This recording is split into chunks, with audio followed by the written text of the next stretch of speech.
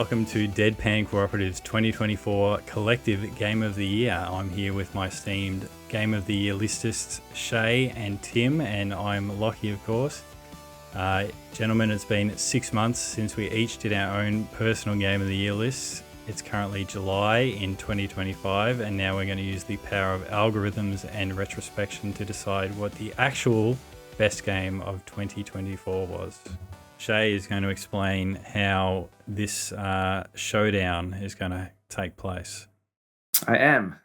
Okay, so we all have individual Game of the Year lists, which we do every year. So we've taken roughly the top 5 of everyone's list. I say roughly because if there was a duplicate, we went an extra one for whoever had the duplicate. And to make a top 15, we've put that top 15 in a list and we put it into a ranking engine in PubMeeple, which you'll see shortly. And every game is going to have its little chance to have a little match against another game, or head-to-head.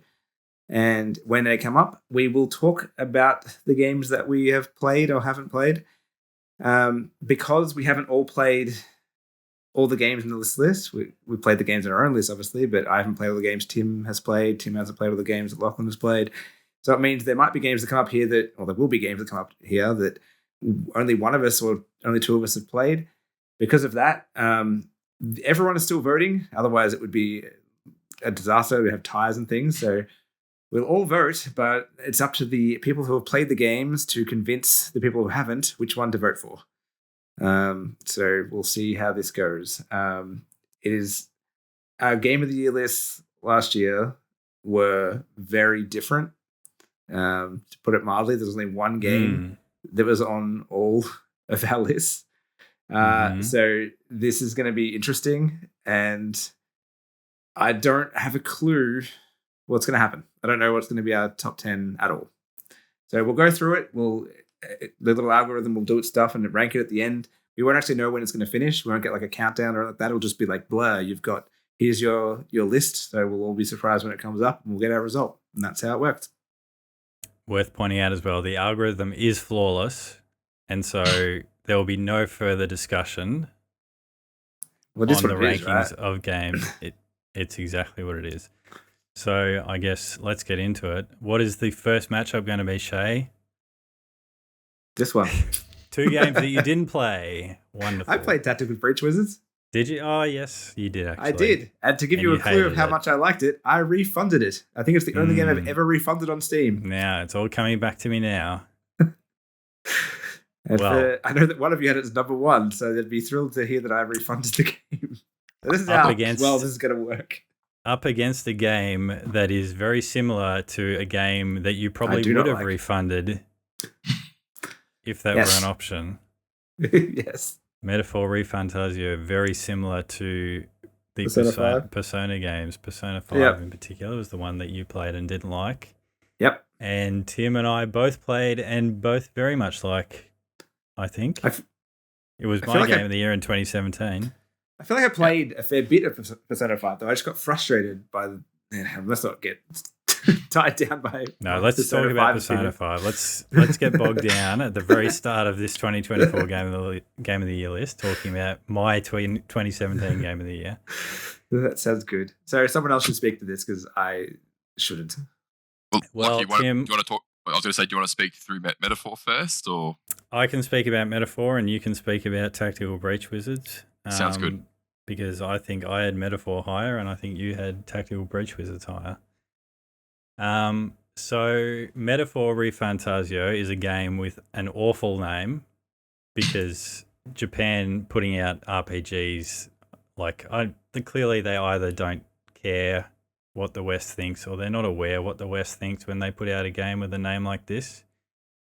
But, I mean, the cliff notes are, from what I've said already, it's a game by the same people who made the Persona series, and if you've ever played one of those games in the last 20 years, you pretty much know what you're going to get on that description for Metaphor Refantasio, because it is exactly the same format in that, you know, the days are broken up into morning and afternoon. You can spend a whole day in a dungeon. There's like social links and all that stuff.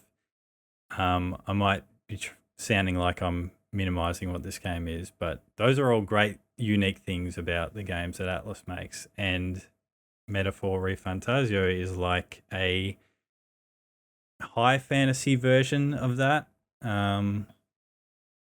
That I think they've done very successfully. I mean, I think I even said in my game of the year list though that I feel like it lost a little bit of something going to that fantasy setting, because the good thing about the Persona games was that sort of real world tie-in with the fantasy element. So you had this contrast of like, I'm going to school and I'm trying to form relationships with all these other people, and in some cases teachers in very morally dubious circumstances. Remember that. Well, I want to say And no the morally goth dubious pharmacist. circumstance. The goth pharmacist as well, yes. I want to say there weren't as bad morally dubious relationships formed in Metaphor ReFantazio, unless I'm forgetting That is one of them. negative points as far as I'm concerned. Yeah. But despite that, a fantastic game, extremely long game. Did take a while to get going. That's probably another strike against it. I feel like I'm talking down a game that I rated higher here, but I want to see how badly Tim can rate down Tactical Bridge Wizards to make my decision, yes, well, basically. his favorite game of last year. How much can he talk it down? But I think by the end of it, it was very clearly one of my favorite games of last year. And I think, did Tim, you actually end up playing it this year? You didn't play it last year. It's on my list to play this year. Okay. I've got it downloaded and ready to go. I just haven't been up to a stupidly long JRPG after playing another fairly long JRPG recently. So In the last 12 months, there have been quite a few extremely long JRPGs. But anyway, yes, there's Metaphor ReFantazio. I'm sure it'll come up again. But like, even just talking about it now, I'm wondering if Tactical Breach Wizards would even get my vote here. And Tim hasn't even made his pitch yet. So tell us about Tactical Breach Wizards. I hope it does. My vote won't matter. I appreciate you speaking like, pretty neutrally about Metaphor, because like, yeah, full disclosure, I love Persona 5. I love Persona 4. I'm sure I would love Metaphor when I do get around to playing it. I'm sure I'm going to be like, oh my god, I wish I played this when it came out. I think the thing for me with Tactical Breach Wizards, and yeah, it was my game of the year last year. I am a huge indie game person, number one, but like for me, I really appreciate small games that do something really well. And for me, Tactical Breach Wizards was that. It was a great tactical turn-based strategy, like similar to an XCOM or something along those lines, but with real, very bite-sized levels, very focused on specific characters, and with the premise of it being that it's set in an alternate kind of modern day world where magic exists, and the name is a joke around the fact that one of the characters you control is literally like a Call of Duty style tier 1 operator with a big beard and wearing camo, but he also happens to be a wizard.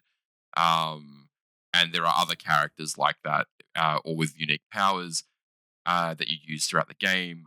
It very cleverly has a turn rewind mechanic that is literally built into this character's powers, which is quite fun as well.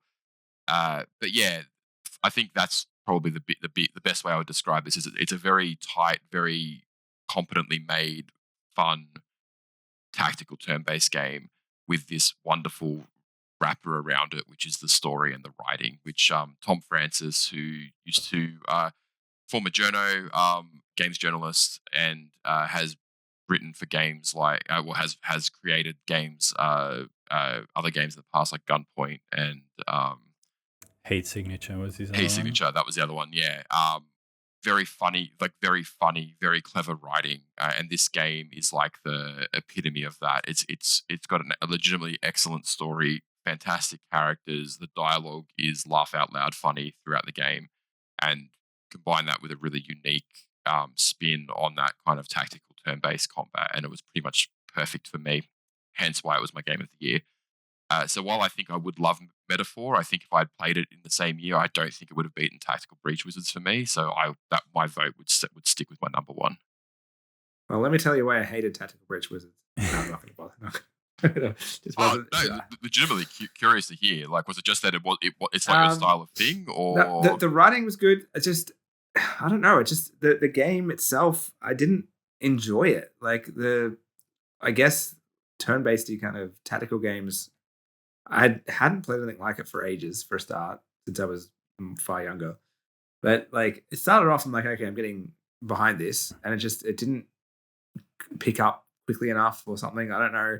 I found it quite easy. I can't remember if I kept finding it easy or if it just suddenly hit a wall and I didn't find it easy anymore, and that's why I was annoyed. But I think I don't remember, to be honest. I just didn't like it. It's very unlike me to be like, I'm just going to refund this. Like, I don't think I've ever done it before, which is unfair. But I think it was. I could tell it wasn't a bad game. It just wasn't for me. It's the only thing it was.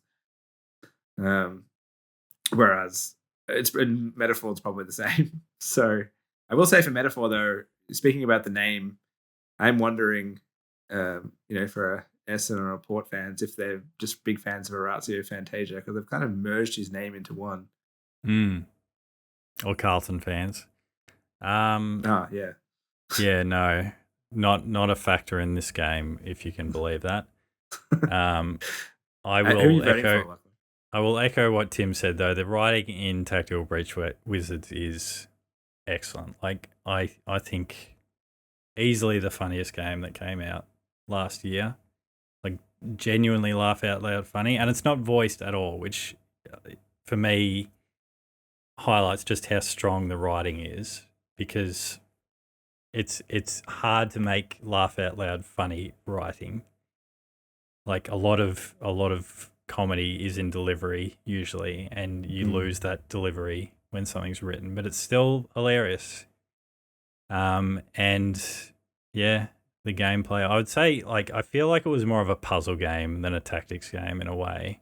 Fair. So, I don't know. Put a vote in. If that's why Shay didn't like it. I mean, I like puzzle games. Look. Put a vote in. Look, I'll vote for. I will vote for Metaphor, but I think it's extremely, extremely, extremely close. Like, could not be closer. Do you remember how high up the list Metaphor was for you, Lachlan? Fourth. Yep, and I think Tactical Breach Wizards was fifth. So, I'm confident I'm not going to have liked either of these games. I think. So am I, to be honest. I don't think you would like Metaphor at all. Well, like, I didn't hate Persona at the start. I played a lot of it and I liked it at the start. And apparently, all I've heard of, like, the Golden or whatever, makes me think I'd actually like that version. But having said that, based solely on the fact that I don't think I like either, and Tim had Tactical Breach Wizards at number 1, and you had yours at 4 and at 5, I am going to give it to Tactical Breach. I'm not sad for Tactical Breach Wizards to win this matchup. So yeah, so I'm just going to do it. Plus, I can't click on that. Click on the right one. Next up.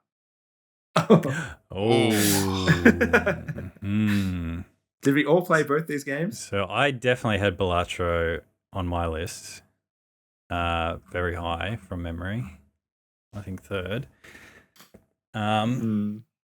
It's definitely Balatro for me. Balatro was, if somehow you have not heard of Balatro, Balatro is a very, very simple but also very deep card-based roguelike game, poker-based, but it's not really...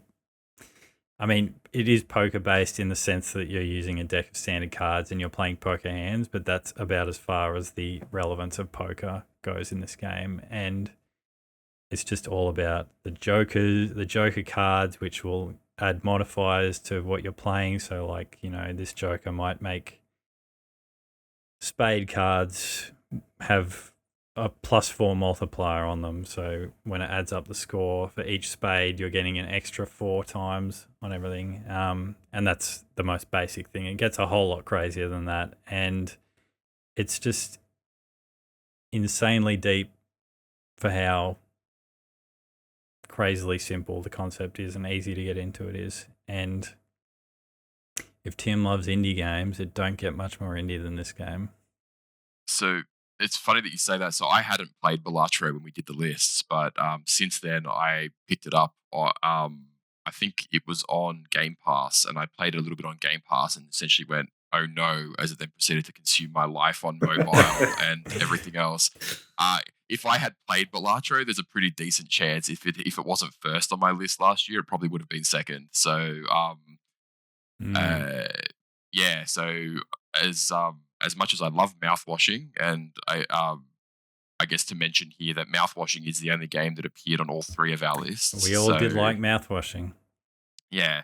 And maybe we wait to talk about mouthwashing until a bit later, unless I guess Shay feels differently here. But my vote here would actually be for Balatro, despite the fact it was not on my list. I am stunned because when Lachlan said I'm voting for Lachie, I'm like, well, Tim's going to vote for mouthwashing and it's going to come down to me again. And I don't know because these two are both so wildly different. I don't remember which one was higher on my list. They were both on there. What do you mean, Shay? Tell us which game is better between Balatro and mouthwashing. Make direct comparisons. How are the graphics? The graphics were actually pretty similar because they were great. How are the walk animations in Balatro compared to the walk animations in mouthwashing? Yeah, what did you think of the different Jokers in mouthwashing? I'm not going to go deep into talking about mouthwashing. Balatro's already won, so I'm not going to bother. But Balatro probably gets my vote anyway. But it's hard because they're so different, right? And I liked both of them. They're both kind of little indie games, but Balatro, like you said, consumes your life. Mouthwashing is over relatively quickly, but very different. Also, when I stopped playing Balatro, I kind of stopped thinking about Balatro, whereas I've never stopped thinking about mouthwashing. Mouthwashing has literally given me multiple nightmares since I played it. So yeah, it definitely consumed my brain, if nothing else. But yeah, we'll talk about mouthwashing later. Let's give it to Balatro. Okay. Congratulations, Balatro. Good. A game that only I've played. And a game that only I will like, most likely. Why don't you tell us about Legendary Tales, Shay? Yeah, it is a VR game. I think it's the only VR game on this list, so I expect it to finish dead last. It's basically like a first person, kind of redundant saying that it's VR. Most of them are kind of a Diablo-ish. It's a giant dungeon thing with swords and shields and bows and arrows. You can play it co-op. In fact, you should play it co-op. That's how I played it the most. And monsters drop loot and like unique items, and unique items have different skills, and you can level up different skills. It's just like any other RPG. It's an RPG, but it's in VR and it's good. So versus a lot of VR is lacking a lot of these kind of games. So it was very fun. It has its flaws. There's only like a few different types of enemies, but also the tutorial is quite bad and turns some of us off it. But yeah, it was just very, very fun. Was it better than Final Fantasy VII Rebirth? I don't know. I will say that conceptually, this is another game that I've looked at the trailers for. I watched reviews. I didn't end up buying it, but it did look like a very good VR game, and I do own a PSVR too. You should get. I can't tell you how fun it is. One of the last times I played it was with a friend of ours, Gabriel, and the actual most fun part of it was there was a series of like ropes you had to like climb across to get to like this chest. Like you had to climb across one into like this little like a rock like stand and go across them.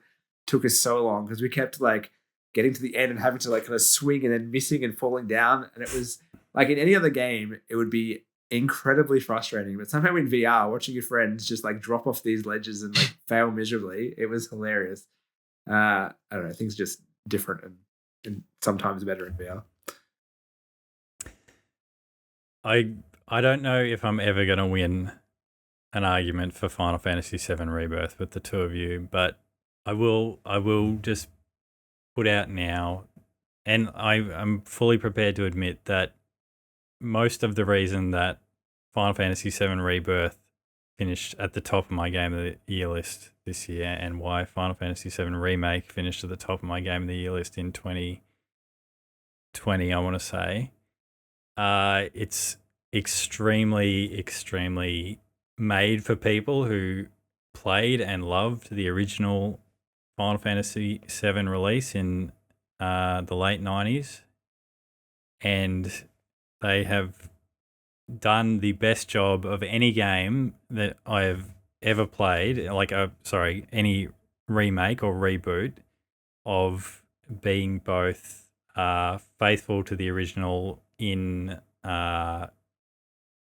just sticking to the vibes and the themes and the art, and not trying to be too crazy in some ways, because it is definitely crazy in a lot of ways. Because the other great thing about this game is that even though it's like faithful in all the ways that kind of like tickle that nostalgia lizard brain part of your memory, the ways that they have taken this very beloved story and just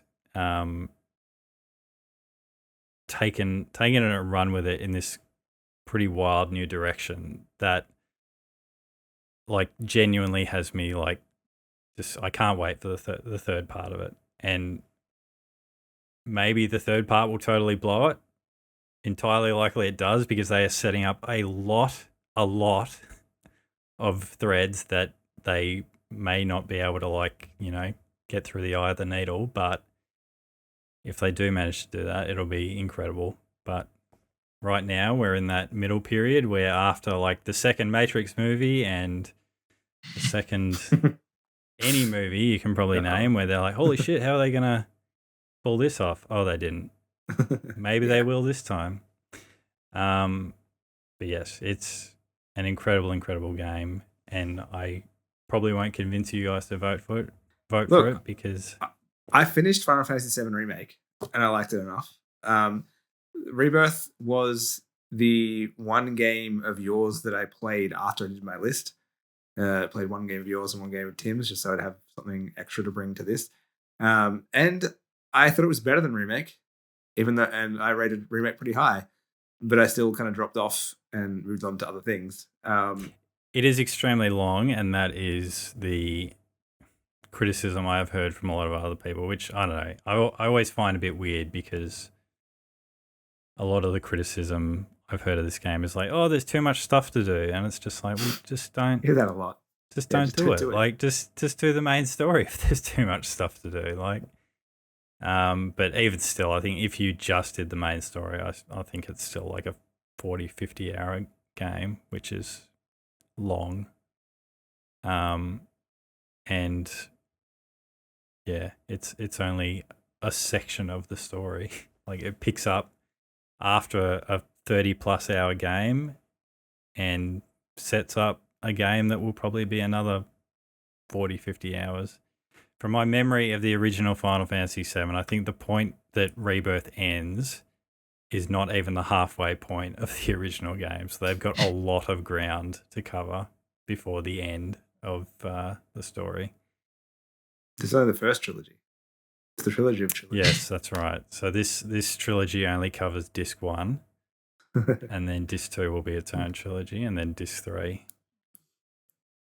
Anyway, I'm voting for Final Fantasy VII Rebirth. Yeah, I'm still going to vote for Legendary Tales. I just found it more fun, even though Final Fantasy was good. Okay. Tim, you're now got the position that I was in. Well, yeah, I've played neither of these. I know nothing about Legendary Tales except for what you said, Shay. Whereas with Do you like Final Diablo? Fantasy, Do you like? Not really. Well, Actually, I shit. think Diablo's decidedly average. And I Y'all would like argue that that Diablo? I'm talking I about would Diablo actually- 2 here. I would actually okay. That's the best one, but I did like one actually. But I would argue I separate topic, but I think Blizzard is vastly overrated as a studio, and most of the games they make are slop. But anyway, outside of that, You should see what I make now. yes, well, yeah, exactly. I have a pretty complicated history with Final Fantasy. In that I liked the old ones on the Super Nintendo, but when I played Final Fantasy VII, I cannot recall ever bouncing off a game as hard as I did 7. And 8 was similar, and then from there on, I basically gave up on the series. It's because you hated all those woke eco-terrorist themes. It was because they insisted on pronouncing it as Titus. So it was just like, no, damn it, that's not how it's 10, spelled. sorry, 10's the one you That's bounced 10. off. Yeah. No. I bounced off 7. I dabbled in the rest. Everyone loved them, so I had to keep on trying. Despite my love of Persona and Yakuza, I'm actually not a huge JRPG guy in general. I find them Eat your video game vegetables, Tim, and finish Final Fantasy VII. Never. However, so while every part of me is screaming that I should vote for Legendary Tales here, I can't argue about the fact that the Final Fantasy VII, the game was a good game even if it wasn't for me. I know that. And I know that Remake and Rebirth have both been excellently made. And if we go by the same logic that Shay used for Tactical Breach Wizards as well, Yeah, the fact that this was Lockie's game of the year versus a game that was middling for Shay, I'm comfortable voting for Final Fantasy here. I think it makes sense. And I think if I played both of them, I'd probably like Final Fantasy more, honestly. So I was about to say, it is, aside from, even if you had no interest in the story, which you don't, so that's not a very good hypothetical, but like the actual game they've made is like genuinely the best like combat mechanics they've ever had in a Final Fantasy game. Like it's that's utterly untrue. What's a better Final Fantasy combat mechanic? What was the one with the, I've forgotten now, the one with the kids in the car and you could just basically like float and like kids in the car. You talking about Final Fantasy 15? Yeah, 15. That combat was sick. Every time I was like, well, go on. Tell me how you felt about it. Every time you attacked, it was like you'd like fly in and attack with this like sword like from a distance, and it was like that's how you entered battles, and it just felt really good. There's none of that in this. Well, I think the Final Fantasy VII Remake combat is the evolution, because the combat in Final Fantasy 15 was really good, and they like sort of evolved that a little bit, and you've ended up with what's in Final Fantasy VII Remake, which sort of takes these elements that are like, important to the original Final Fantasy VII combat, which was the materia system and the different skills that different like weapon types and stuff that each of the different characters bring. But then they've sort of taken that really slow turn-based system and made it into this really fast-paced, action-y, real-time RPG combat system that is just... it's really, so basically good. What you're saying is Kingdom Hearts has the best combat system, and we all agree. And that's obviously the best Final Fantasy game anyway. The director of Kingdom Hearts is leading up these Final Fantasy VII remakes, so... Is he? I've changed my vote. Yeah. All right, Rebirth wins anyway. I've forgotten the guy's name right now, but it's him. It's the Kingdom Hearts guy. Well, I'm sure the third game will then make just as much sense as the third Kingdom Hearts game. And by that I mean the 12th. All right. I didn't play those games, so Did anyone play both games? I'm pretty sure they're just both from my list. I don't know that. Tim, did you play Infinite Wealth last year or not? Do you have a year off from Yakuza? I did play it, but I had actually only finished Like a Dragon a little while before it came out, and I burnt out very quickly on it. So I've since gone through and played it, but it didn't make my list. It didn't make my list last year because I just hadn't played enough. It is definitely Indiana Jones and the Great Circle for me here, which was my second favorite game of last year. And Like a Dragon it was a good game, but they have just pretty much made another one of those, and it's got its own little changes to it, but I'm going to need some descriptions here because I have never played Like a Dragon or a Yakuza good point. And I've never played. Like, I think Indiana Jones, is that like Uncharted-y? Is it first person? I don't know everything. It's first person, yeah. So it's made by Machine Games that have made the modern Wolfenstein games. If you've played any of those, Nope. You should. They're great.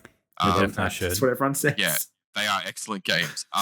So yeah, it's all their games are kind of first person, but very immersive.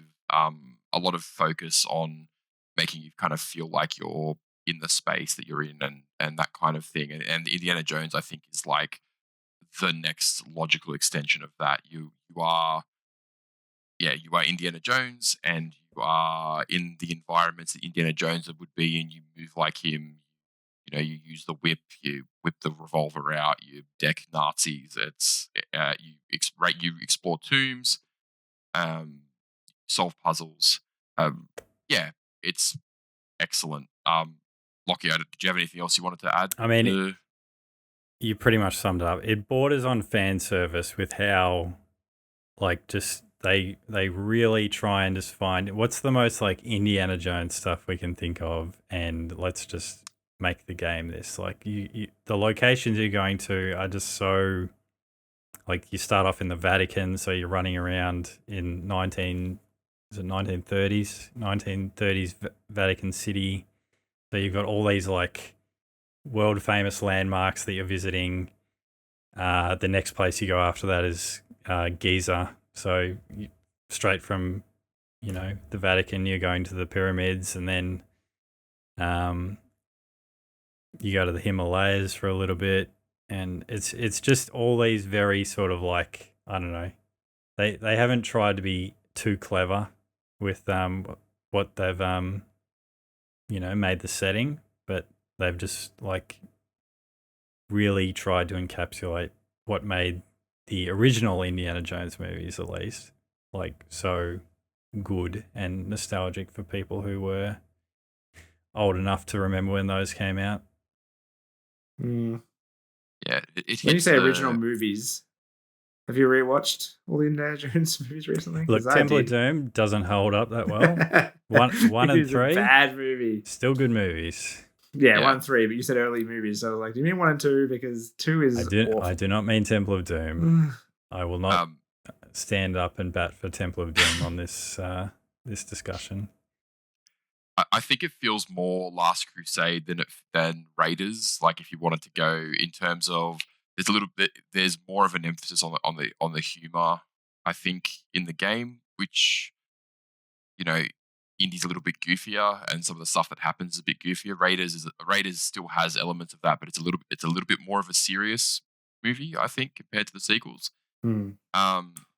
But it does have that really great punch sound effect every time. It makes you just want to punch every single Nazi, because the sound effect of the fist connecting with a Nazi is just wonderful.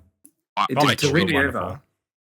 treated this game like I was playing Dishonored. Like, I would stealth, like, knock out every Nazi in an area, even though there was no real reason to do it. But it was just a lot of fun.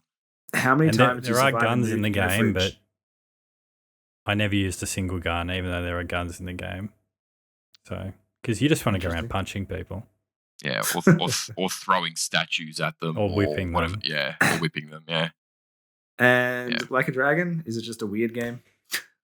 Well, the Like a Dragon games are the best gritty crime drama games going around at the moment, but they're kind of hitting a point where, I don't know, they might be running out of interesting ways to jazz it up.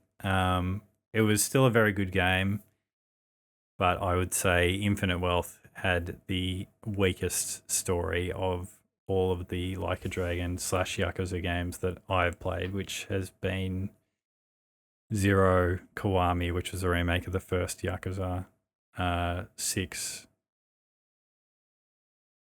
7, which was the sort of Western reboot to Like a Dragon when they introduced the new character, Ichiban. And then this game, the 8th game, is the continuation of Ichiban's story. And yeah, it was a good enough game that I thought it was one of the 10 best games of last year, but I'm definitely not going to vote for it over Indiana Jones. For me, at the end of the day, I could have played Like a Dragon if I wanted to, and I never did. Whereas Indiana Jones was a game I wanted to play, but didn't have an Xbox, and my potato PC, I didn't bother. So, yeah, it's on PS5 now. Yeah, it is. And who has time to play games from previous years? I Indiana think Jones. I was just to say, for me, I love the Yakuza games. Like a lot of people, I got into them with Zero, played the Kiwami games, played 6. I really liked the first Like a Dragon. I thought the Ichiban's story was great. I liked the move to the turn-based combat. For me, Infinite Wealth was just... It was very same with the previous game, which all the Yakuza games are to an extent, but I didn't feel like they... Like, their weird pervert Pokemon mode that they added was fun. But like... But then they just did it again. Yeah, they just did it again, exactly. And then they, like, I guess they did that weird Animal Crossing thing in there as well. But which I'm not again, super into that. So it kind of like you played through that bit, and then it kind of overstays its welcome, and then you just don't engage with it anymore after that. But it's fun for a couple of hours. Yeah, like for me, the storytelling and the characters stuff and the melodrama of it, and the fact that it goes from being ultra serious to ultra goofy and back again is what I like about these games. And I just felt like I agree with you, Lachie. Like, the story was the weakest I think I've come across in any of the games in the series that I've played, and it felt like splitting the story across 2 main characters and those stories barely mattering to each other or interacting at all. It felt like, I don't know. It felt like a half a story. It didn't feel like it actually really came together in a meaningful way for me, and so it lost a lot of points there, especially compared to the previous Like a Dragon or like Yakuza 0 with the way that they intertwined Kiryu and Majima's stories in that game was so well done that this seemed a bit amateurish to me by comparison. So I would definitely vote Indiana Jones here. They definitely need to decide whether Kiryu is actually just done, because it seemed like they had made that decision, and then they kind of brought him back, and then he was just like half the game for Infinite Wealth, and I think it really detracts from Ichiban's story. So all right, Indiana Jones. Yep, I'm locking it in. Let's just go on for Jones. Too long for something we're all voting for the same game. All right. Tim v. Tim. Yeah, this is my list. Convince us which one to vote for. I'm trying to remember which one of these I had higher. Okay. Did either of you play either of these? I know Shay, you played a bit of Thaumaturge. Okay. I did not play either of them, but I sort of know little bits about what both of them are, and my immediate reaction is that I think I would like the Thaumaturge a lot more, but ready to be convinced otherwise. I'm not going to convince you of that. I'll give a quick description of both then. Thank Goodness You're Here is a very quirky, very British indie. It's not really a puzzle game. Like, I would almost describe it as being like a walking simulator, except that it's isometric instead of or side on instead of the usual walking simulator. It's a joke delivery system. Like, it's got a bunch of pretty amazing voice actors in there, including Matt Berry. And you walk around these really nice... You've swung the needle back. I don't remember Matt Berry being in it. He is, yeah. And there's a couple other prominent British voice actors in there as well. yeah, you wander around these environments solving very slight puzzles and getting barraged with sight gags and amazing dialogue. And it runs for a couple of hours and then it finishes. And it was great. I loved it for what it was. The Thaumaturge is a Eastern European RPG that kind of plays a bit like a Pokemon game, except like in terms of turn-based combat, and you have various monsters that you're collecting, but the monsters in these cases are creatures from Eastern European folklore that are representatives of people's bad personality traits, essentially.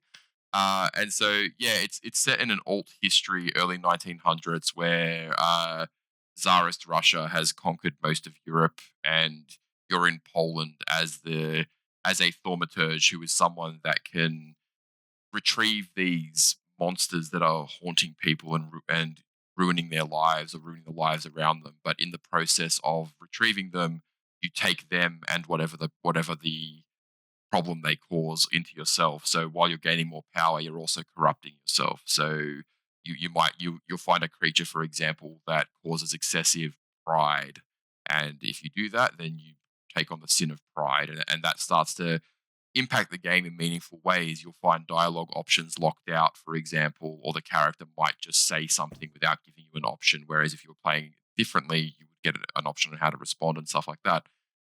So yeah, it's a really cool, interesting setting for an RPG. I've never played anything like it. The story is super unique, well written. The voice acting for the main characters is good. Some of the supporting voice acting definitely sounds like people reading English phonetically in the translation, at least. But whatever, that happens. It's not a super long game. I found it engaging throughout. It wasn't perfect. It definitely felt like a fairly small studio in Eastern Europe making really going for it with making a big game, and I think they did a great job. I think for anyone that likes RPGs or just interesting stories, I think it's worth playing. It's really cool and as I said, super unique. So I would definitely vote for the Thaumaturge here. For a long time last year, it was going to be my number one. But other things happened. But I still think very fondly of it, and I would vote for that. Yeah, so I played both. Thank goodness you're here. I played it during the year, and it didn't. I don't think it made my top 10. I enjoyed it. I didn't finish it, I don't think. But it was a walking sim, and it was silly. And I think I feel like I was just kind of rushing to get as many games as possible near the end of the year. I was like, I think I've got the point now. I don't think anything's going to happen between now and the end of the game that is going to stun me into changing my review of it. It was fine. Thaumaturge was the game, like Final Fantasy, that I played from Tim's list after I'd already done my list to see if it would change anything. Also didn't finish it, but that's not reflective of the game at all. I think I have not had much time to play video games this year. It's good. I like it. His description were accurate. It's the Thaumaturge easily for me here. So despite Matt Berry, he should not vote for him in the show here.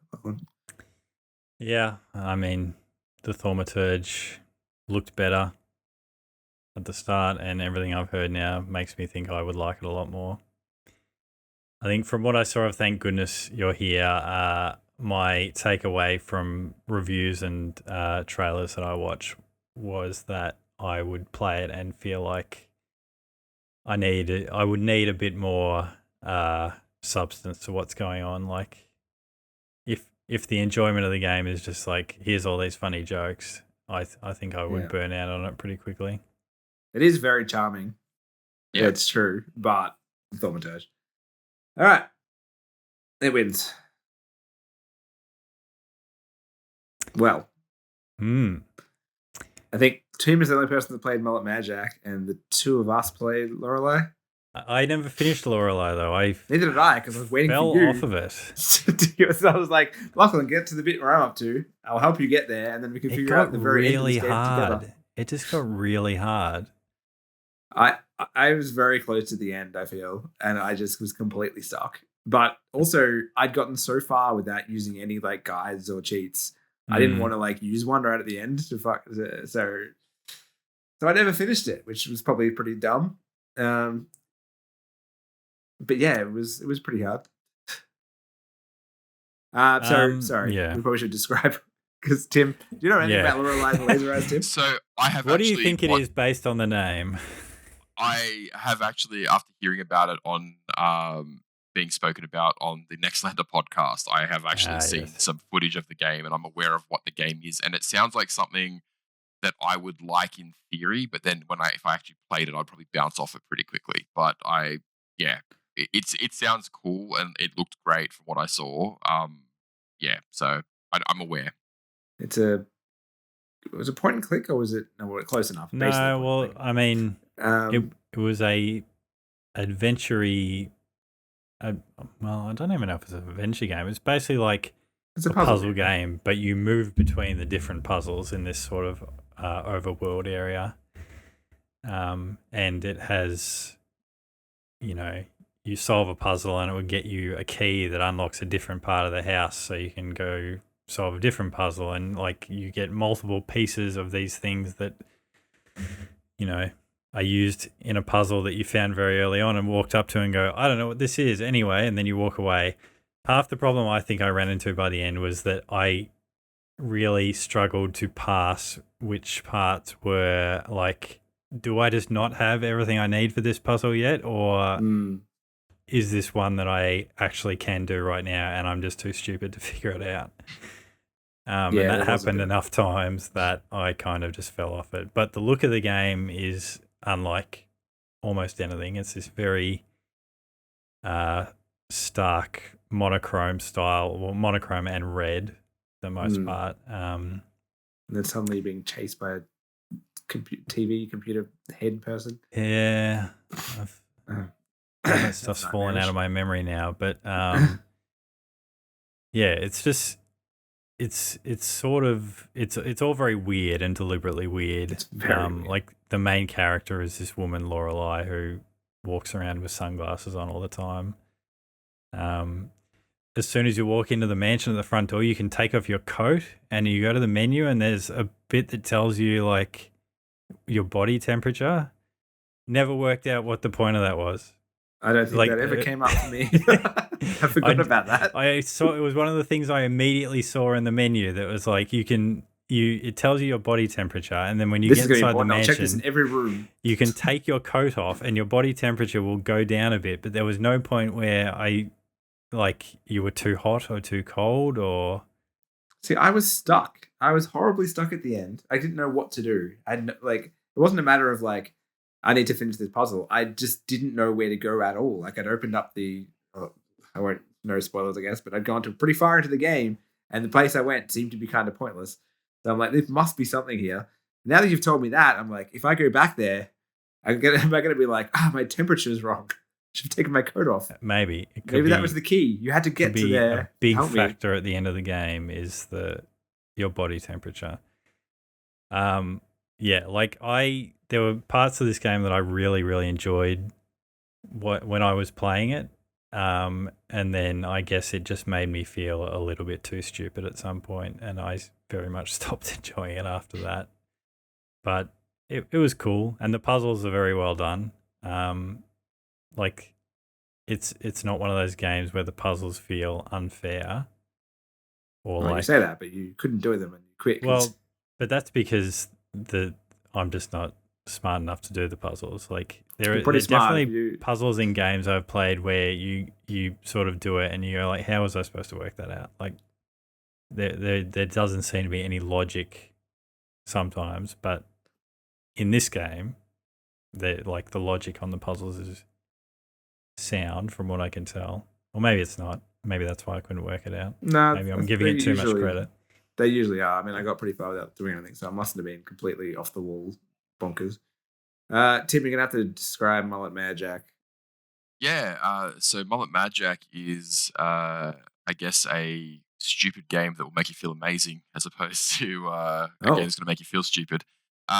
No, look, it's an indie roguelite like 95% of other games in existence. But I guess the good thing with Mullet Mad Jack is it's just incredibly stylish. It's a first person shooter slash melee game. You're essentially you're in a 1980s anime game show. It's like a weird cyberpunk Akira style future, and you are having to rush through the randomly generated levels as fast as possible, killing everyone in your way in as stylish a way as you can manage, because you have a constant life timer ticking down, because the only way you can survive is to keep your adrenaline spiked by murdering people or consuming soft drinks. Ah. So yeah, you progress So it's through like these Clank levels for the first person shooter. very much, yeah. So like but it's got a great like 80s cartoon style to it. Everything's really like interesting, like cool saturated colors, lots of neons, that kind of thing. And yeah, you progress with these levels, you skill up between each stage.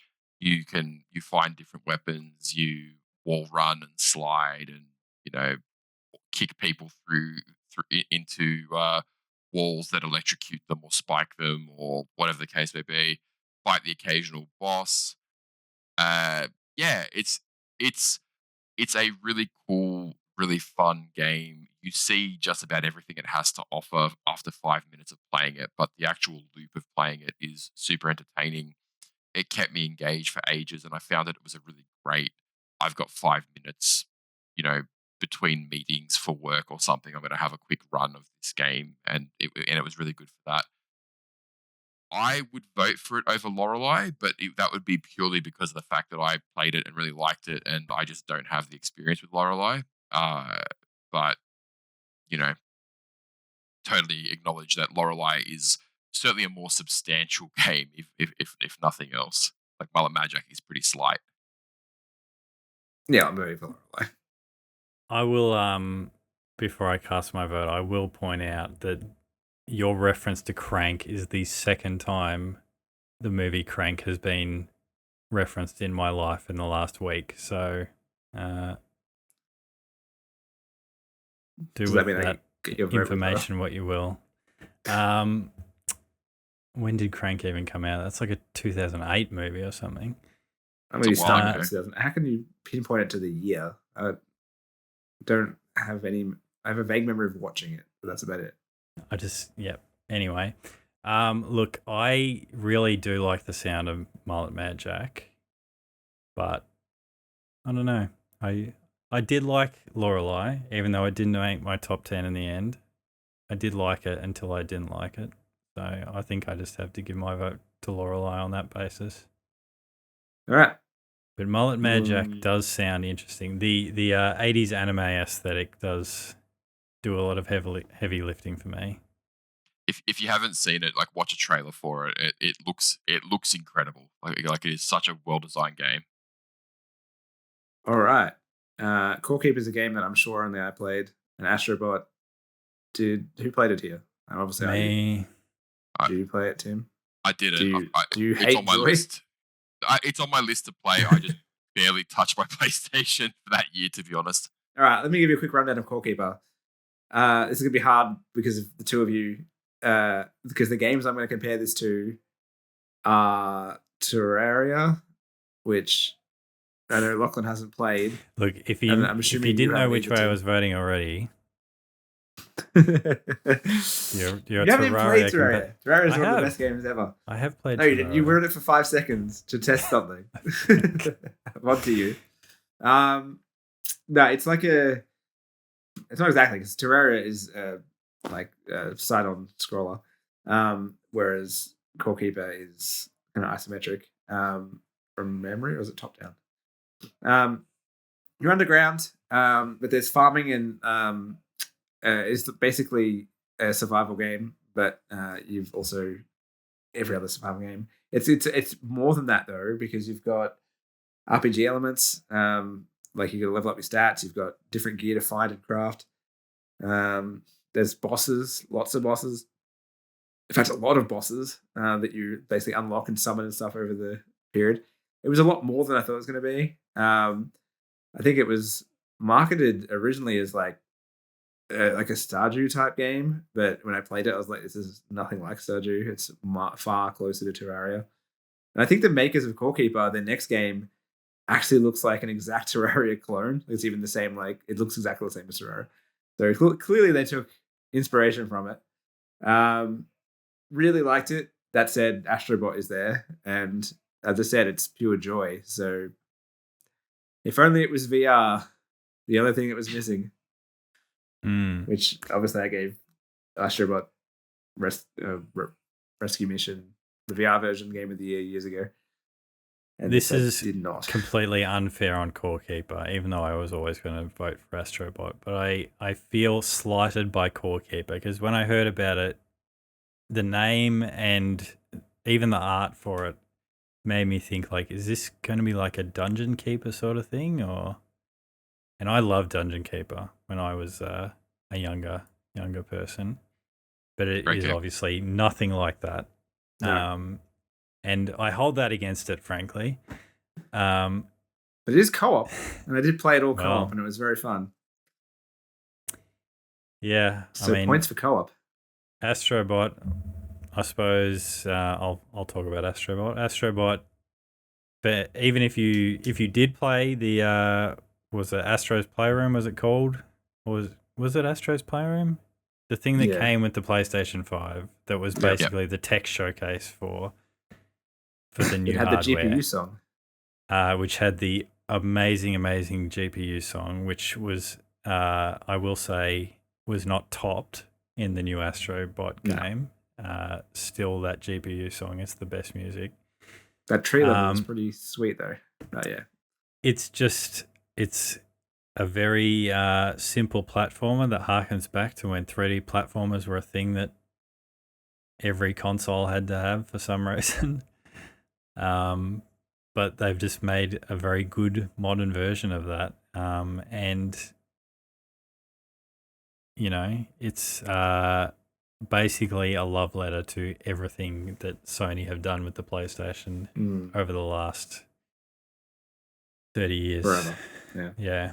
All the little bots you find that are dressed up like characters from successful PlayStation games, and in some cases less successful PlayStation games. Like there was a what's that zombie motorcycle game called? I can't even remember now. What? The zombie motorcycle game. The game. It was a PS4 game, and it was like about Days bikers. Gone. Days Gone, that's the one. And the guy who made Days Gone apparently not very happy to have his game represented in Astrobot. No. But anyway, he was in there as well. So, you know, varying degrees of success in what games were. Also, entire levels dedicated to other games. Entire levels, awesome. Yes. I never played Ape Escape, but now I feel like I have. Oh, Ape Escape, awesome game. Great game. I vote for Ape Escape in this game. So, you just, do you have an opinion, Tim? We've both voted for Astrobot anyway. So yeah, I'm going to vote for Astrobot as well. I know I will like Astrobot. I've liked previous stuff, and I think it's impossible to hate Astrobot. Yeah, it's very charming. Unless you have no joy in your soul, but yeah, like even as someone that finds the idea of Sony putting out a game that is kind of, you know, nostalgia tripping themselves kind of annoys me a little bit. It's very self-indulgent. Yeah, but you know, to their credit, like they've gone and represented their whole history with stuff, and it seems like it's done in the spirit of fun, and you know, I think that's cool. Whereas Core Keeper, I don't like survival games, so Core Keeper was never going to be something that I would enjoy. So yeah, I would vote for Astrobot. Yeah, the only negative points is, as I said, give us another VR game, because I know you guys didn't play Astrobot Rescue Mission, but that was incredible. Well, maybe they should just re-release it for the PS5 too. I imagine jumping on your own face with Astrobot, and he like kind of grabs hold of you and slides down your face and stuff.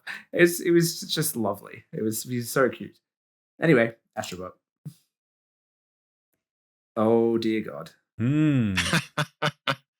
I believe this is a game of a number one versus a number one vote. It is. We already do speak about Tentacle Breach Wizards. What did we not? I can't remember. We did speak about Tactical Breach Wizards. So I've played both of these games. I feel like I am going to be the dissenting voice in the room about Animal Well because No, it did not. Mute. It just Mute did Lachlan. not do it for me at all. Yeah. I don't think either of you had it in the top 10. I mean, to be honest. you, I had it Shay, number I one. think you had it number one, yeah. So you can tell us about Animal Well. So, yeah, if you haven't heard about Animal Well, it's a popular internet person, Donkey, game reviewer. He made a game.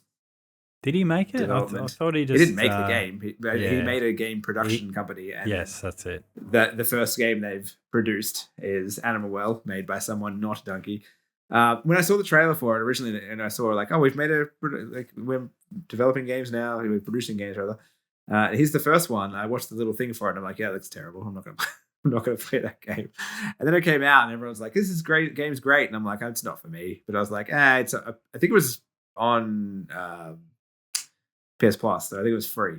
So I played it, and obviously it gave it Game of the Year because I loved it.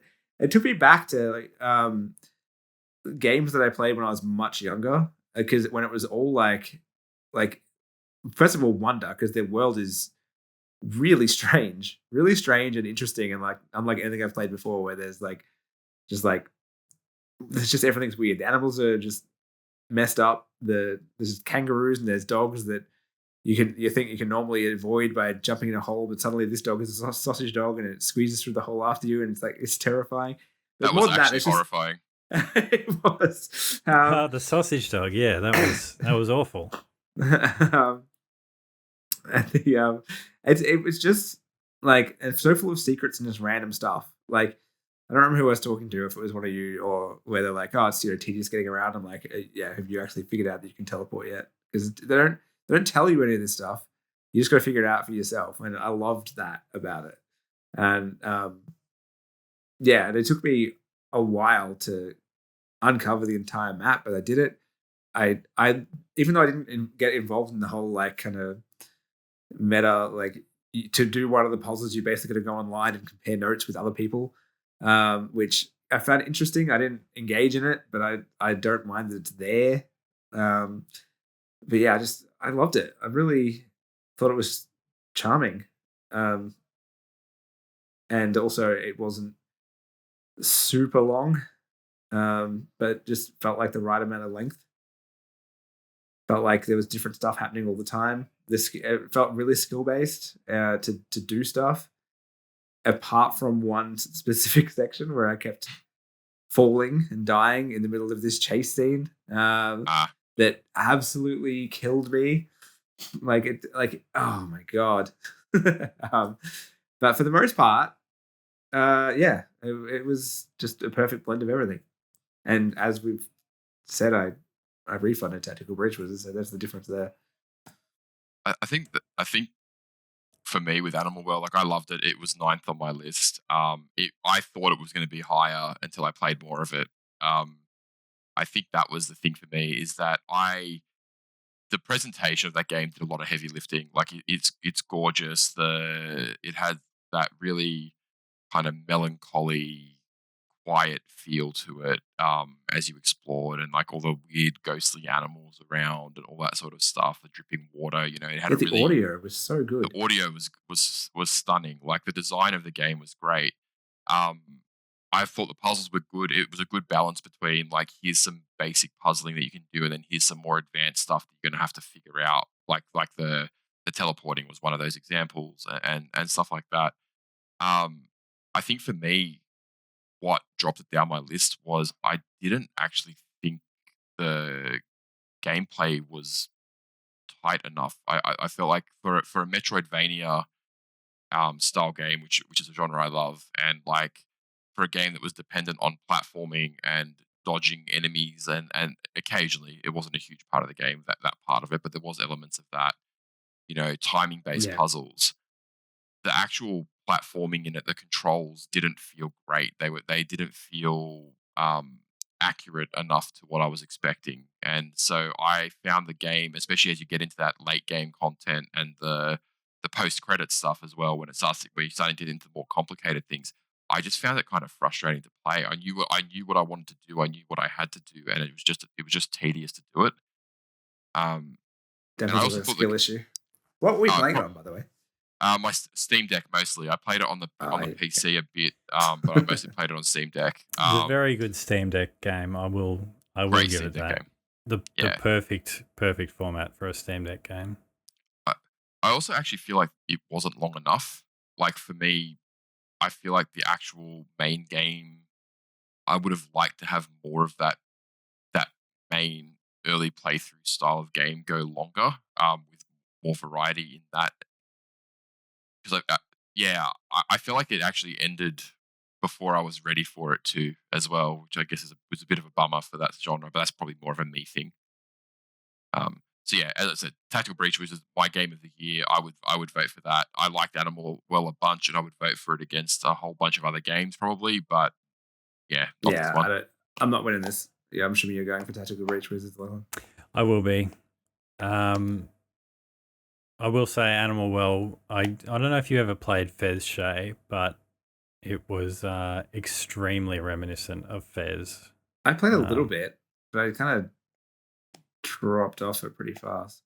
Fez was way deeper than Animal Well though. Like Fez was a lot more complex. Yeah, in terms of puzzles. That whole one of these things Shay mentioned off the top about the traversal being tedious, which is the thing that did annoy me until I did find out about that. Maybe I did the teleport thing, but someone had to tell me that, and like that's what reminded me of Fez, because there was so much of Fez where you could just play through the game. But I suppose that's the difference with Fez, was that there was a game there that you could just sort of play through and finish, and it was okay. But the real depth was when you started like getting online and people were comparing notes about like this weird arcane thing that I worked out from like, this area on one side of the map has got this stuff written on the wall, and then I compared it against this thing that was written down here, and then I was able to extrapolate this from it, and then people share that stuff and unlock all these like the hidden depth of the game. Like that was a cool part of Fez that I liked conceptually in Animal Well, but there was just something about the execution in Animal Well that I think it was Tim that told me that you could like forever jump on the bubbles. On the bubbles. I actually worked that out pretty early, but which was awesome. All right, well, Tactical Breach is winning, and you're all wrong. Oh, well. I voted for Animal Well. If there's any questions. Well, I mean, we've covered both these games already. Look, I'm gonna easily vote for Metaphor, but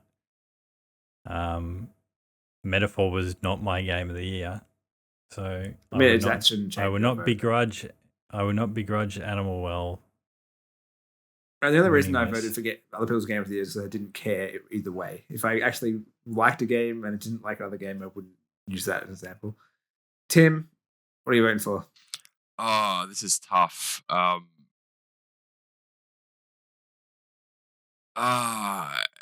Look, as much as I like Animal Well, I think I have to give it to Metaphor. I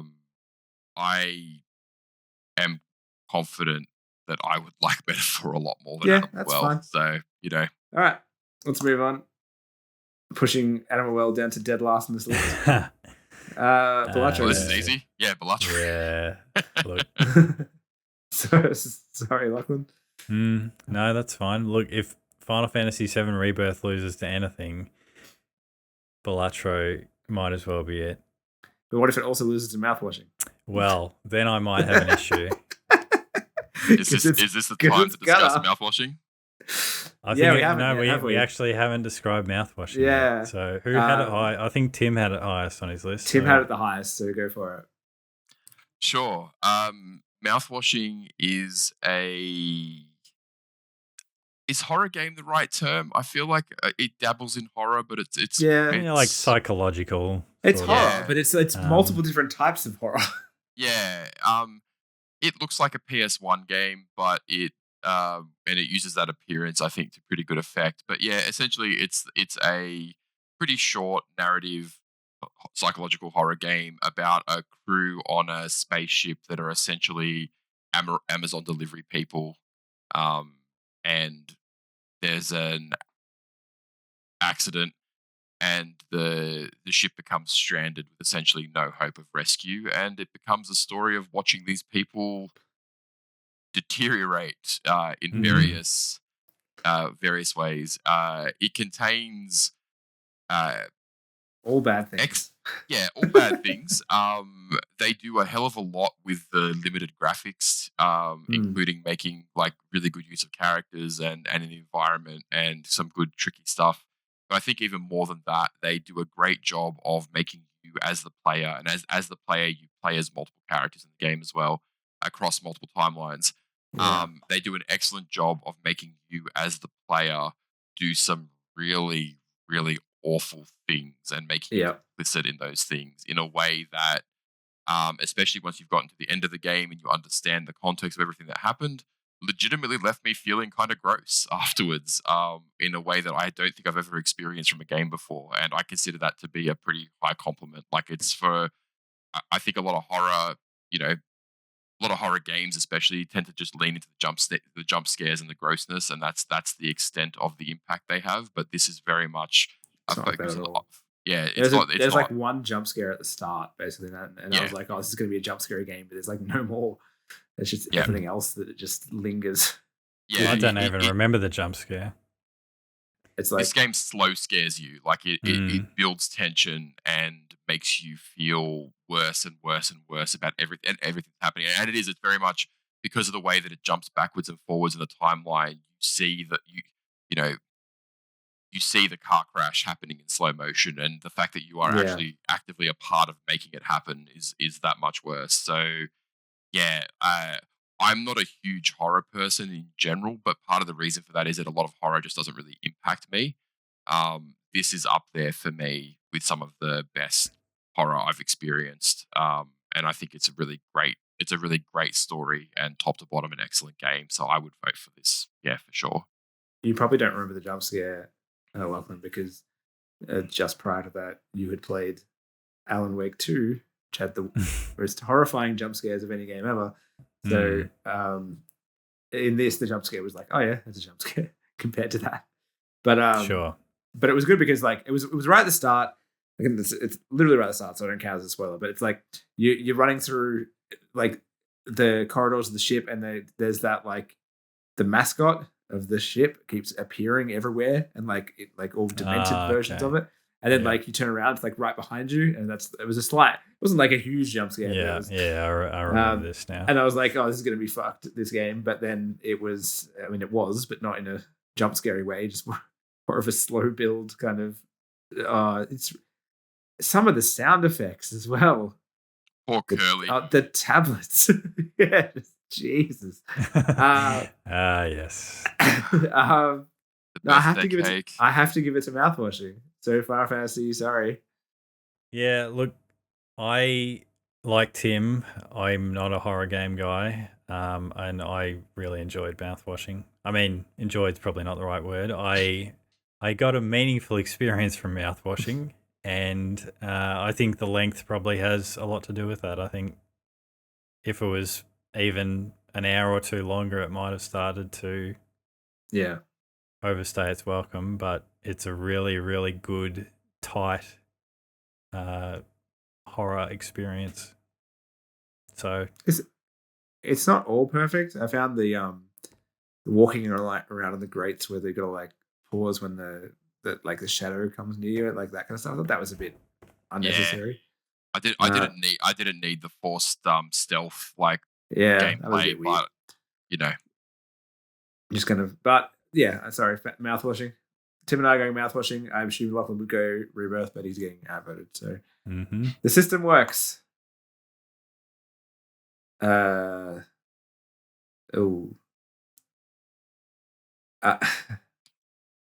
only played the Thaumaturge, but I still think I probably like Indiana Jones more. If anyone wants to convince me. I was going to say, funnily enough for me, I have Indiana Jones higher on my list than the Thaumaturge, but now looking back with distance, I think the Thaumaturge has resonated with me more than Indiana Jones did. Indy, for me, kind of fell off a bit in the back half. Like I really disliked some of the ending areas of that game. I fully acknowledge that I think Indiana Jones is probably a better game overall, but I think for me personally, I would vote the Thaumaturge because I think I like it more. It's now, indie for me, but I will agree that the final area of indie is easily the weakest of all the major areas you visit in that game. Mm. So it does definitely, by the time you're getting to the end, it feels like you're just kind of like, all right, I'm ready for this to wrap up now. Which is actually a criticism I would have of the Wolfenstein games too as well. But sorry, yeah. Yeah, Thaumaturge, like again, I didn't play a lot of it, but it did seem really good. But I do think I would prefer Indiana Jones over it, so I'm gonna have to give it to Indy. Oh, Thaumaturge versus Like a Dragon, definitely going Thaumaturge. Yeah, I think I would too. Yeah, I don't feel strongly enough about, certainly even now. Like I think Tim, you just said that you've looked back at your list and maybe you're looking back on the Thaumaturge more. Well, I guess he's saying as these games are coming up that he remembers where they were highly placed, and we had this.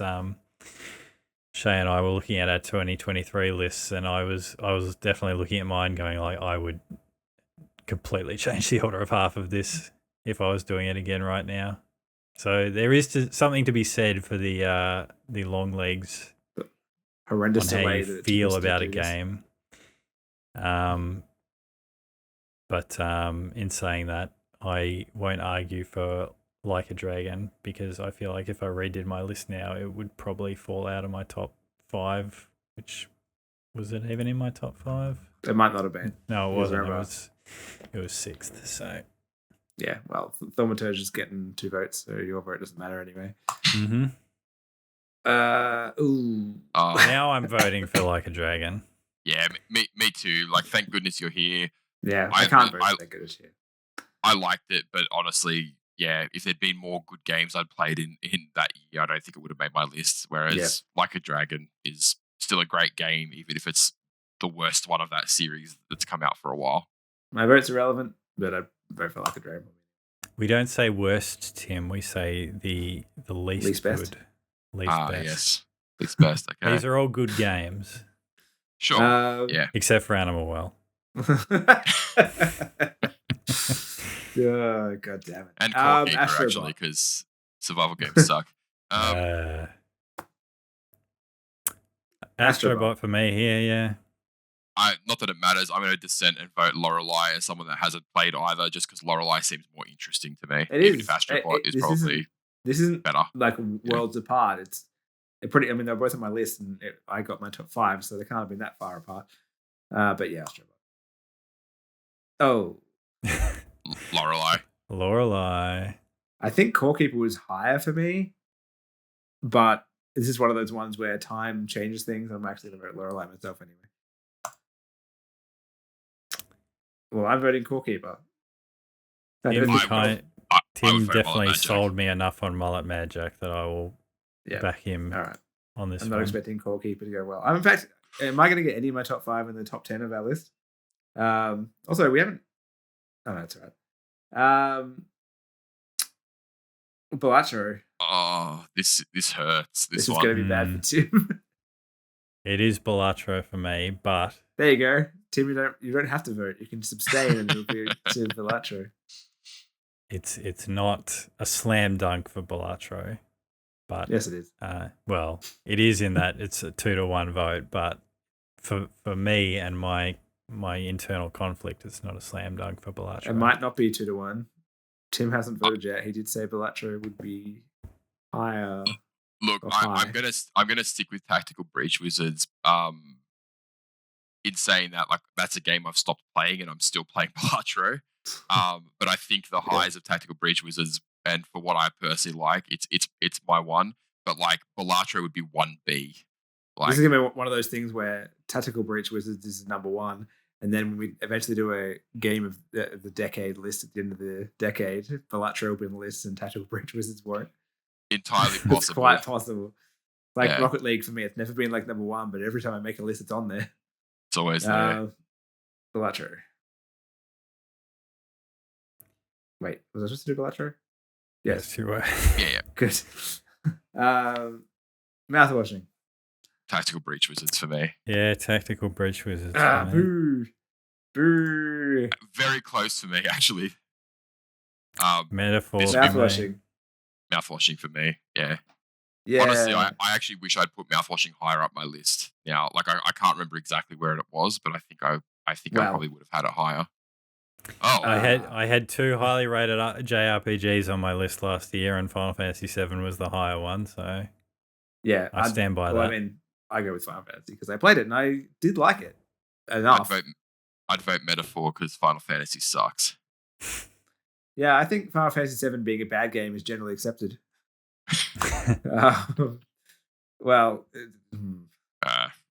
yeah, let's just go. Has Legendary Tales come up yet? It Yeah. has. Yeah, I can't remember what it was soundly against, beat. but Shay did tell us about it. Metaphor.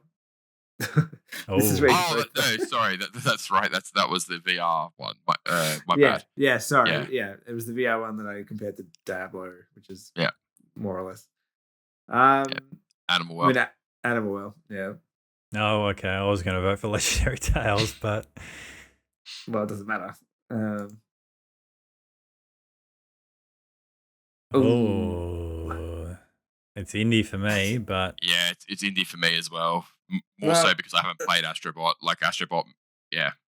Like I No said, comment Indie quality. looked so good that I think it had a potential game of the year look of it. So, and I just didn't play it. So I'm happy to give it. we'll to point out also, I don't know if you knew this, Tim, but there is a DLC for indie coming out this year, which apparently adds a whole new area. Oh, So It just makes the last area bigger. the one thing that game needed Yeah. was yet more areas. Anyway, yeah. Well, I assume it's like a different little side story as well. It'd be weird if it's just sort of wedged in. Yeah. Hopefully it's a bit of a post credits thing. Yeah, I'm Interesting. gonna go. it's Thaumaturge for me. Astrobot. Yeah, Astrobot. Depression or joy. I choose joy. I normally wouldn't, especially high school Shay. Is joy one of the emotions that you capture in a Pokeball in the Thaumaturge? Or No, it's only negatives. They're all There's no horrible. there's no good emotions. But Rasputin is in the game if that Oh. serves to It is impossible not to play that game without seeing a Rah Rasputin. Like the the lover yes. of the Russian queen himself. every time. um, Oh, see, I played Lorelei, but I feel like what I've heard about the Thaumaturge on the back of what I knew about it already, I would potentially vote for it here. Definitely gets mine. this is hard actually. Really liked Lorelei. Thaumaturge did speak to me in good ways though. Maybe I'll make Lachlan vote, and therefore I won't matter. Unless he votes for Lorelei. I was leaning Thaumaturge, so All right, Thaumaturge it is. I will say both of those games have really excellent art design.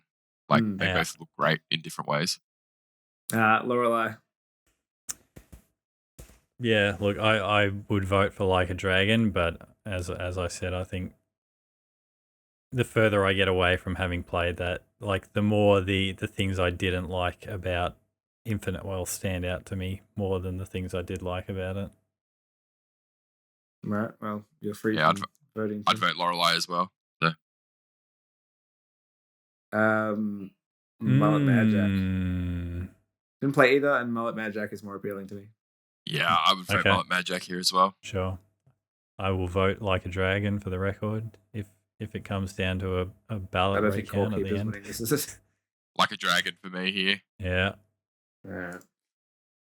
Corekeeper's going to be dead last. Corekeeper for sure. It's a game. I genuinely do not know here. This would be a genuine coin flip for me. I'm voting. Thank goodness you're here. Like, I would legitimately rather not play a game than play a survival game. So, yeah, thank goodness you're here, even though it's barely a game. I think I'm kind of with you on that, actually.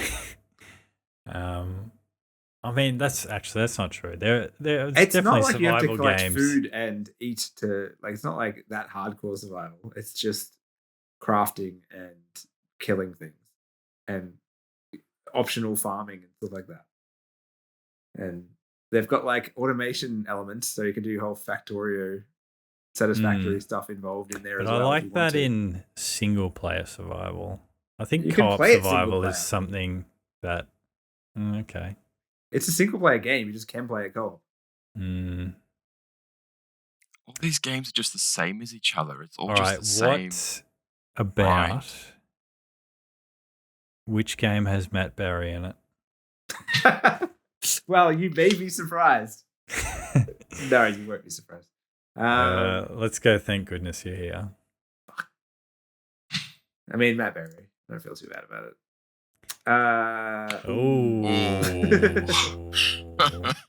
I've got to go Bellatrix here, I think. Oh, okay. I think it's still. Oh, maybe it's not. Nah, it's still indie. Indie was really, really good. Bellatrix was really, really good, but indie was.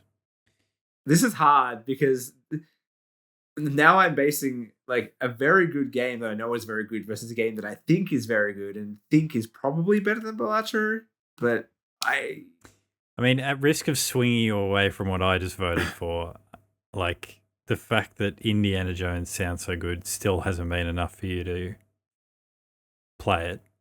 Well, I couldn't play it last year. But you can, and you have been able to for a couple of months now, and you still haven't. So I feel played like barely nothing. I've feel played, like if you were last 2 really, weeks I've played no video games. If you were really committed to Indiana, but I also haven't played Bellatrix in the last 2 months. All right, we'll vote for Indy then. But I also don't know if Indiana Jones, if I can count it towards like this year's Game of the Year list. Sure you can. Dodgy to do so. I don't want to play it. Given you put my Game of the Year. No Man's Sky. Let's not talk about No Man's Sky. No, let's talk about No Man's Sky. I vote for not No Man's Sky in this contest. All right. So you've gone indie. Tim's gone Bellatrix. I will go. Oh my god! Which one has Matt Berry? Indiana Jones has Troy Baker doing an extremely good Harrison Ford impersonation. He sounds more like Harrison Ford than Harrison Ford does, actually. He does. Is Matt Berry playing Indiana Jones, though? Because that would be... he actually plays the Italian sidekick. This is going on for too long, so I'm going to go... Indiana Jones. Bellatrix. Yeah. Oh, it doesn't matter what I vote for. Tactical Breach Wizards. Yeah, I'm gonna say Tactical Breach Wizards as well. Actually, yeah, you're all wrong. Tactical Breach Wizards is supposed to be dropping off the mouthwashing. Both games have brought me great joy. Just happy, positive vibes. This is hard to be more opposite.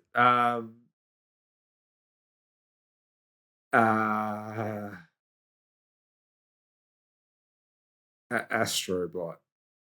I'm not confident. Why'd you do that? I'm gonna make it Lachlan's problem. I mean, I had Astrobot high last year, and I think I would probably still stand by that. But yeah, look, Astrobot. Now you're gonna put your money where the mouth is, Tim. Mouthwashing for me. Thaumaturge versus mouthwashing. Mouthwashing. But you don't have to put your money anyway because we both voted for mouthwashing. Put your money where your mouthwashing is. Look, I think I had. I actually can't remember for sure, but I think I had Thaumaturge higher than mouthwashing. I think you did. Oh, I I, think it was like yeah, third. yeah. Again, it's very close for me, but I think with now that time has passed, I think I'm going to say mouthwashing here. I think it's had more of a Alright. lasting impact on me. So Mouthwashing is doing quite well on this list. Did predict that it would. Thaumaturge. Thaumaturge. Yeah, okay. Look, yep. Too late. Hmm. All right, let me think about this seriously. I enjoyed Lorelei more. Okay. Was it a better game?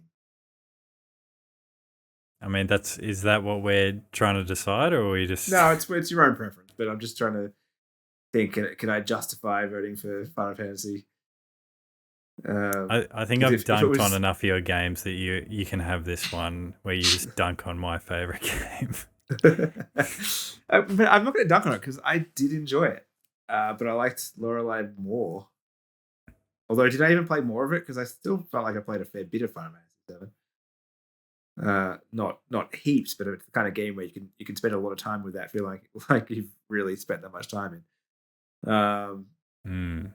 I don't remember where I got up to. I remember I was going through mines at some point. That's really early in the game. So. Yeah, I got past them. Okay.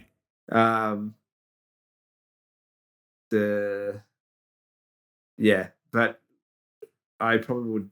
I mean, I'll probably never play either of these games again. But if I was going to play one of them, it'd be Lorelei. So Lorelei. Okay. What if Lorelei was directed by the guy who did Kingdom Hearts? I was waiting to say, what if Lorelei was played by Matt Berry? Wait, Kingdom Hearts is good. I don't know. For all we know, she was, but she didn't have any dialogue. So true.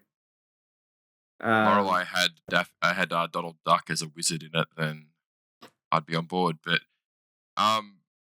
yeah, look, I don't have a horse in this race. I'm guessing that Lockie's going to vote for his game that was number one. For my game of the year, yes, I am going to vote for that. Now it's Tim, it's all you. In a shock twist. Who will you make an enemy of? I'm in this situation where there's a game that I think looks cool and interesting, but not enough that it ever made me want to actually play it, versus a game that I know fundamentally I don't like, but that I can acknowledge actually looks pretty good and that most people do like.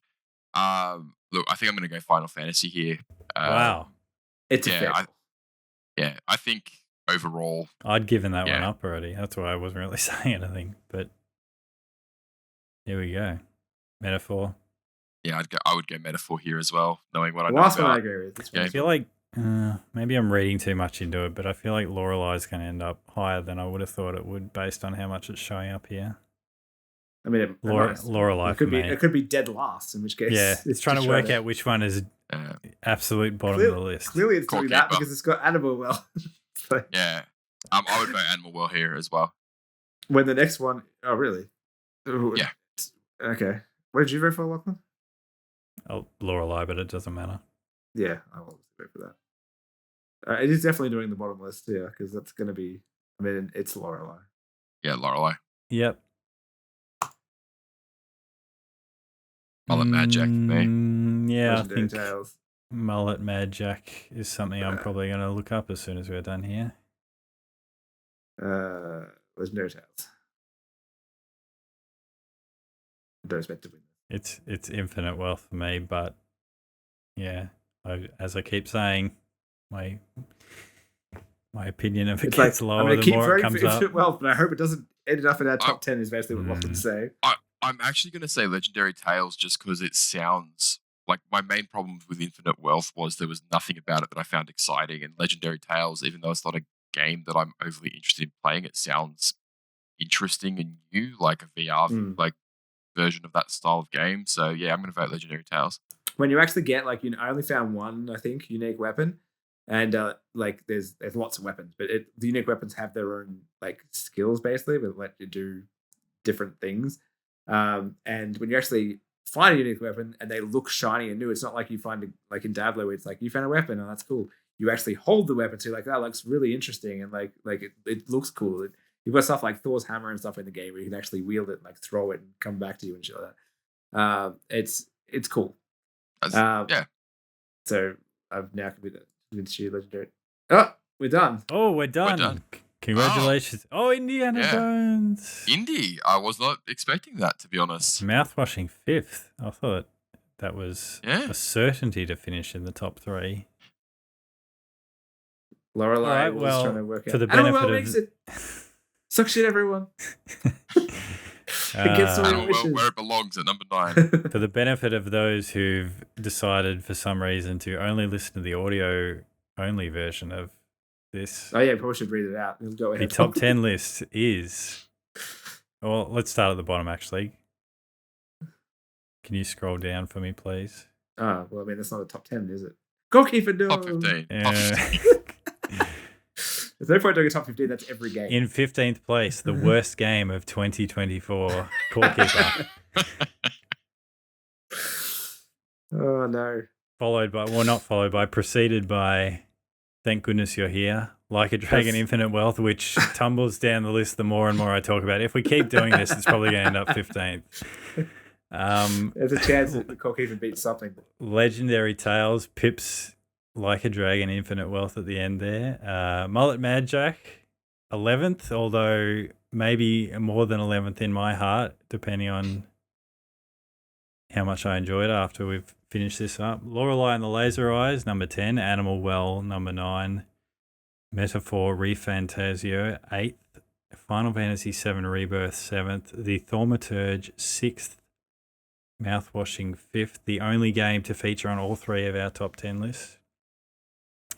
Astrobot, 4th. Tactical Breach Wizards, 3rd. Balatro, 2nd. And Indiana Jones and the Great Circle, number 1.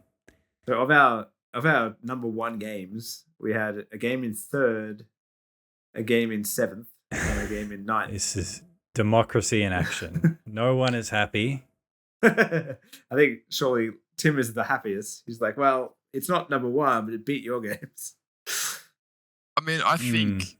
And you also said Balatro, seems that's a very strong top 5 and a very strong top 10, though. Like, that's a pretty good collection of games there. If someone posted this as their top 10 list, I don't think I would have any read into what their what kind of games they like are. So that's what we want. Nice and varied list, yes.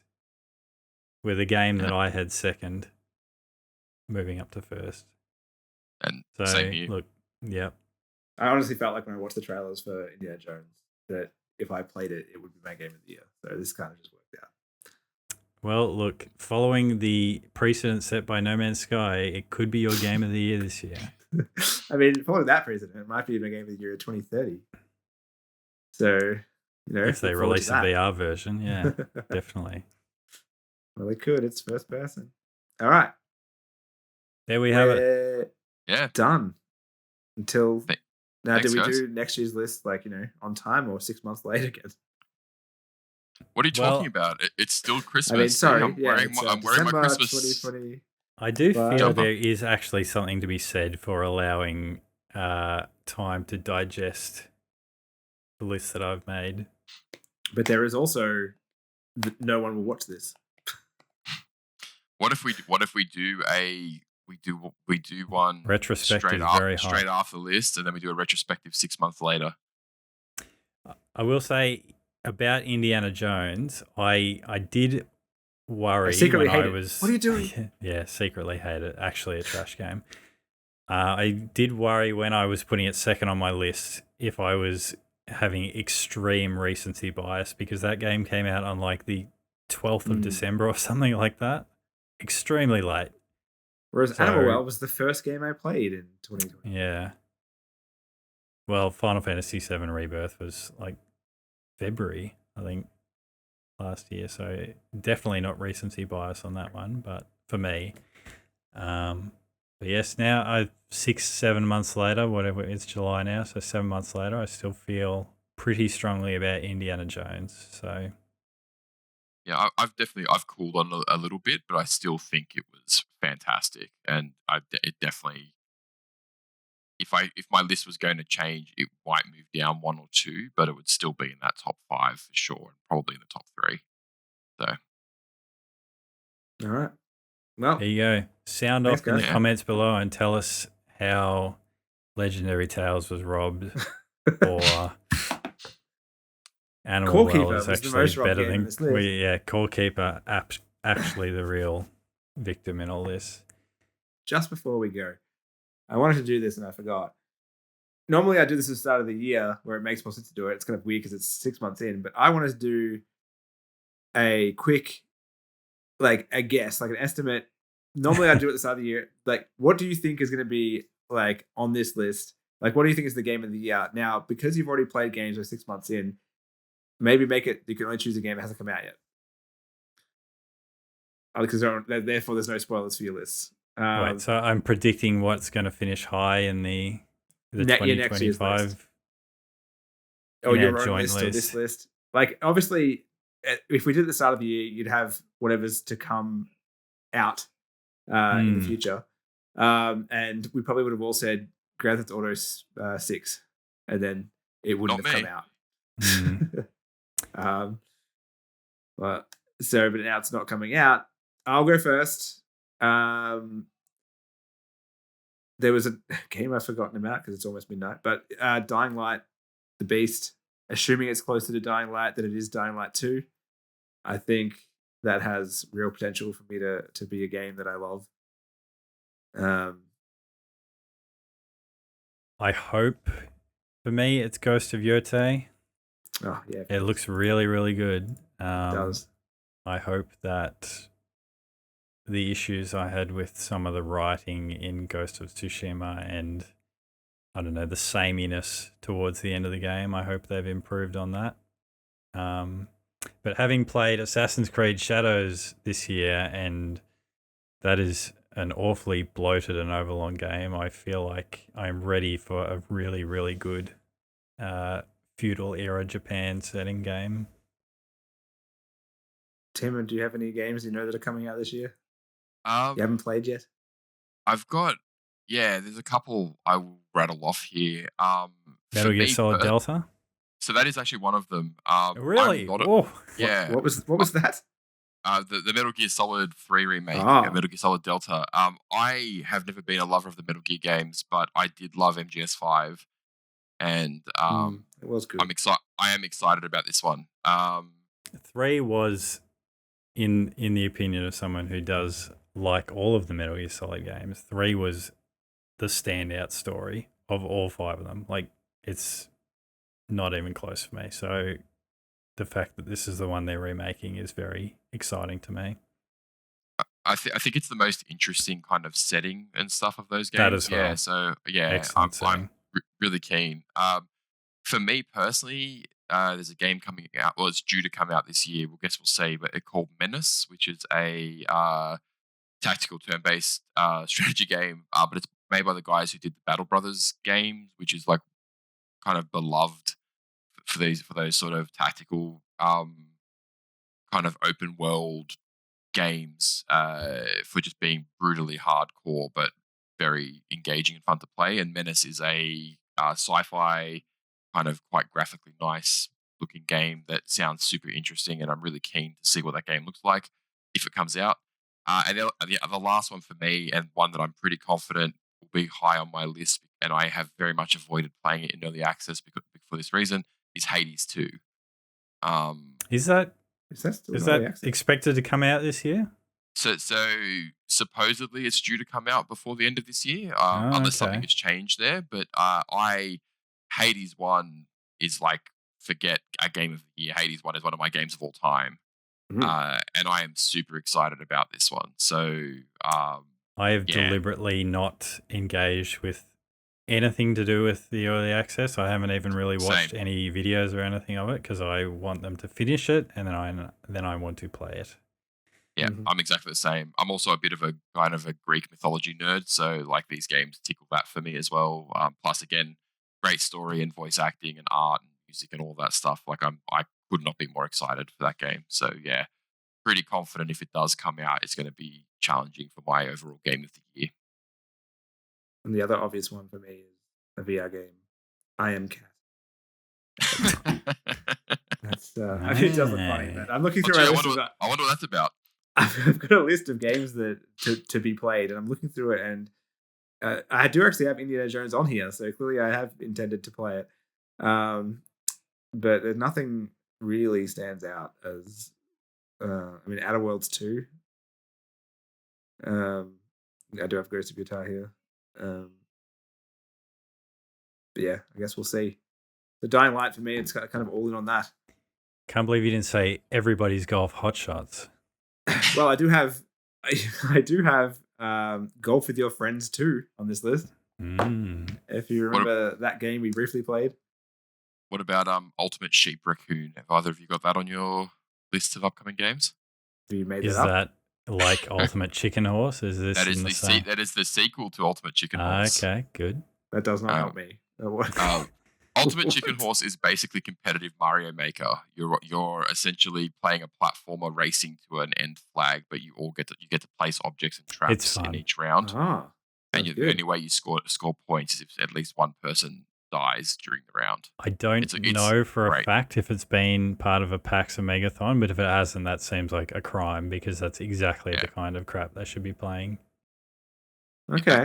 That game has been out forever, and I still regularly play it with friends. It is legitimately awesome. And yeah, Ultimate Sheep, we should just live stream. We absolutely should. It's great fun. Ultimate Sheep Raccoon. They did a test briefly recently, which I must admit I didn't love. It was pretty rough. They've changed it into essentially a side-scrolling Excite Bike style game. You're on a you don't need to say any more. Yeah. You're still placing traps and obstacles, but now it's a bike race instead of a platformer. Yeah. Well, let me know when that comes out because I probably won't see it because I've already released the name of it. Release date is 2025. There's no actual date against it, so I don't know. But yeah, definitely push it next year then. Probably. But Ultimate Sheep Raccoon is the name. So good name. Yeah. All right. There you go. We'll see how that Ultimate Sheep out. Raccoon Game of the Year 2025 for Deadpan Cooperative. Or maybe 2026. Or 7, you could say. All right. Well, thanks, guys. And congratulations again to Indiana Jones and the Great Circle. Yep. Hell of a game.